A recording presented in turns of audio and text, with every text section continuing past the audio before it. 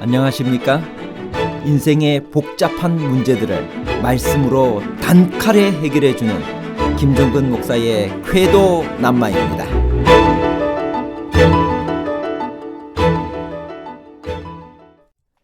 열왕기상 6장의 솔로몬 성전의 기본 구조는 이전의 모세의 성막과 같았나요? 아니면 솔로몬 성전이 모세의 성막보다 훨씬 웅장하고 화려했나요? 전과 동과 훨씬 웅장함에 관한 복잡한 문제를 하나님 말씀의 가르침으로 명쾌하게 해결해 드리겠습니다. 솔로몬이 지은 성전에서의 성소 봉사가 이스라엘 예배의 중심을 차지했던 이유는 무엇인가요? 열왕기상 5장 5절 여호와께서 내 아버지 다윗에게 하신 말씀에 내가 너를 이어 내 자리에 오르게 할 내 아들 그가 내 이름을 위하여 성전을 건축하리라 하신 대로 내가 내 하나님 여호와의 이름을 위하여 성전을 건축하려 하오니. 하나님께서는 세상 만민에게 구원의 계획을 가르치기 위하여 이스라엘을 일으키실 것을 솔로몬의 선조들에게 약속하셨습니다. 그 구원의 중심에는 물론 그 안에서 우리가 구속 곧 죄사함을 얻은 예수 그리스도께서 계십니다. 이스라엘이 세상 사람들에게 참된 하나님에 대하여 위생법과 음식물에 대하여 그리고 가족관계에 대하여 가르칠 수 있었으나 이런 것들보다 죄를 속하기 위해 메시아께서 치르실 희생에 대하여 가르치는 것이 가장 중요한 일이었습니다. 이것이 바로 솔로몬이 지은 성전에서의 성소 봉사가 이스라엘 예배의 중심을 차지했던 이유입니다. 구원의 계획이 가르쳐진 것은 바로 이 성소의 구조와 거기서 행해진 봉사를 통해서였습니다. 이스라엘에서 성소가 그처럼 두드러진 위치를 차지한 것은 놀라운 일이 아닙니다.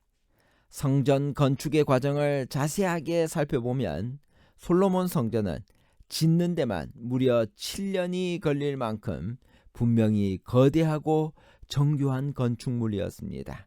그것을 짓는 데 투자된 그 많은 시간과 재정을 생각해 보십시오. 그렇다면 여러분의 생각은 어느 쪽에 가깝겠습니까?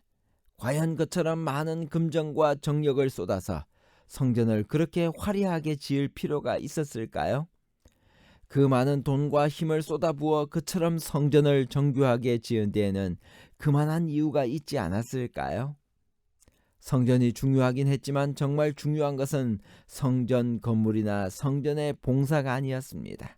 왜냐하면 이것들은 하늘 성소에서의 그리스도와 그분의 사역을 가리키는 지상의 임시 모형에 불과했기 때문입니다. 그렇지만 우리는 성전 봉사에서 영적 교훈을 얻을 수 있습니다. 성소는 구원의 계획을 가르치는 교과서요, 하늘 성소에서의 그리스도와 그분의 사역을 표상하는 지상에 세워진 모형이기 때문입니다.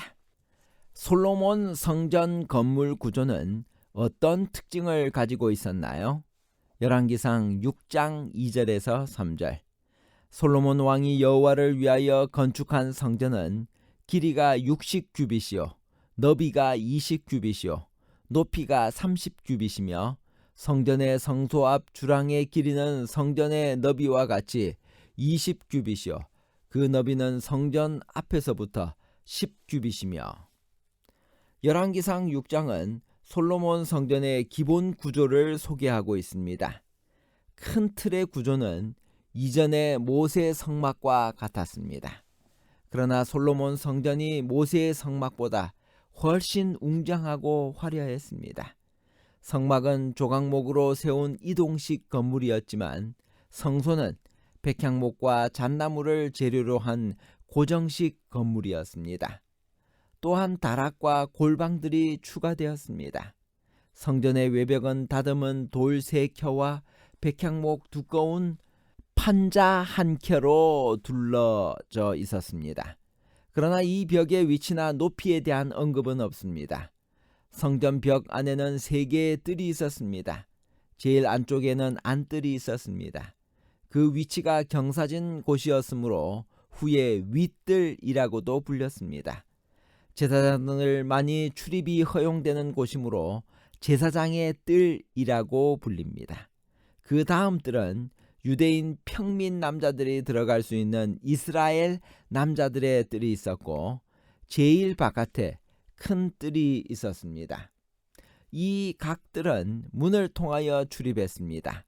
성전 뜰과 솔로몬 궁전 사이에는 문을 통하여 여호와의 전에서 내려와서 왕궁에 이르는 호위병의 문이 있었는데, 이는 윗문이라고도 불리었습니다.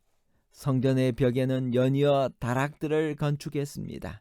이 다락은 하층의 넓이는 5규빗, 중층의 넓이는 6규빗, 상층의 넓이는 7규빗이었습니다.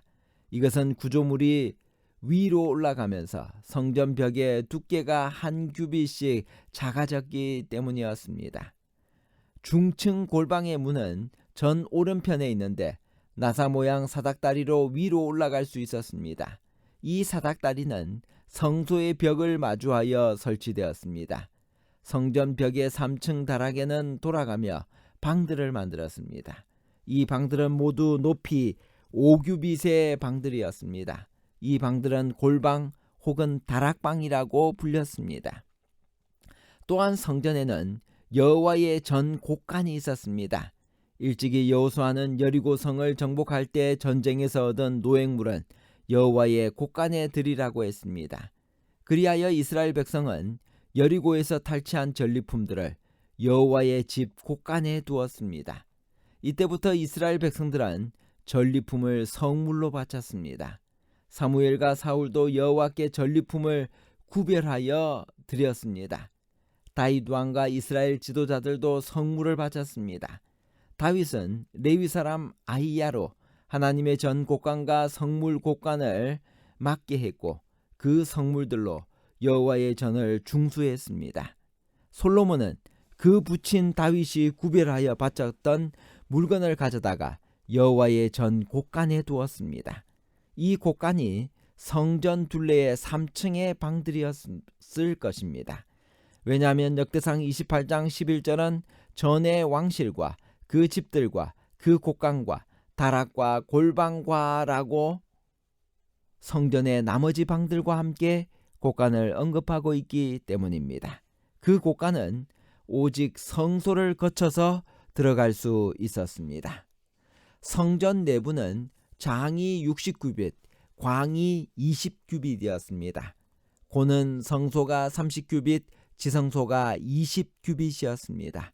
성전의 안벽과 천장은 백향목 널판으로 만들었고, 백향목 판자 위에 전나무 널판으로 마루를 놓았습니다. 성소와 지성소의 많은 벽에는 종려와 핀꽃 형상과 그룹들을 아로 새겼습니다. 지붕은 백향목 석가래와 널판으로 덮었습니다. 그리고 대전 천장은 잣나무로 만들고 또 정금으로 입히고 그 위에 종려나무와 사슬 형상을 새겼습니다. 성소 앞에는 낭실이 있었는데 장이 성소와 같은 20규빗이고 광은 전 앞에서부터 10규빗이었습니다.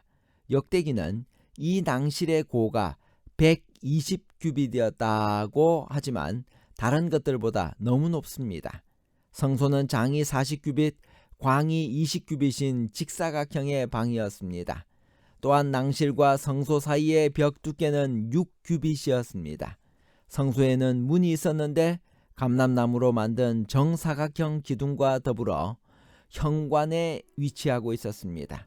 또한 이 문은 현관의 뒷벽을 이루는 석별들의 끝머리를 대하고 있으며 서로 대하여 접을 수 있게 된 겹으로 포개는 문짝이고, 따라서 버팀 기둥에 대하여 회전하여 열렸습니다. 성전 문은 전나무로 만들었습니다. 지성소는 장광고가 모두 20규빗인 정육면체였습니다. 이곳은 백향목 널판으로 마루서 천정까지를 막아 성소와 분리했습니다. 그리고 그 벽 가운데를 뚫어 그 안에 감람목으로 만든 문들을 설치하였고, 문들에다 복잡한 조각을 새긴 후 금으로 덧입혔습니다. 상인방과 문설줄도 역시 감남목으로 만들었습니다. 문 양편에는 종려나무와 그룹들을 아로새겼고 그 위에 금으로 입혔습니다. 그 밖에 목조부도 판금으로 덮거나 금박을 입히거나 아로새겨서 보는 이로 하여금 그 훌륭한 광경에 놀라움을 금치 못하게 했습니다. 승리를 상징하는 종려 잎사귀와 하나님의 거룩하심을 뜻하는 그룹의 결합은 인간의 영적 승리가 오직 거룩하신 하나님으로 말미암아 주어진다는 사실을 선언한 것입니다. 법계 쪽에 간막이 반대편에 휘장을 매달았습니다. 청색, 자색, 홍색 실을 가지고 채색된 무늬로 휘장을 만들고 그 위에 그룹의 형상을 수놓았습니다. 결론입니다. 첫 번째, 열왕기상 6장의 솔로몬 성전의 기본 구조는 이전의 모든 성막과 같지 않고 솔로몬 성전이 모세의 성막보다 훨씬 웅장하고 화려했습니다. 둘째, 솔로몬이 지은 성전에서의 성소 봉사가 이스라엘 예배의 중심을 차지했던 이유는 죄를 속하기 위해 메시아께서 치르실 희생에 대하여 가르치는 것이었기 때문입니다. 셋째, 성소는 구원의 계획을 가르치는 교과서요, 하늘 성소에서의 그리스도와 그분의 사역을 표상하는 지상에 세워진 모형이었습니다. 감사합니다.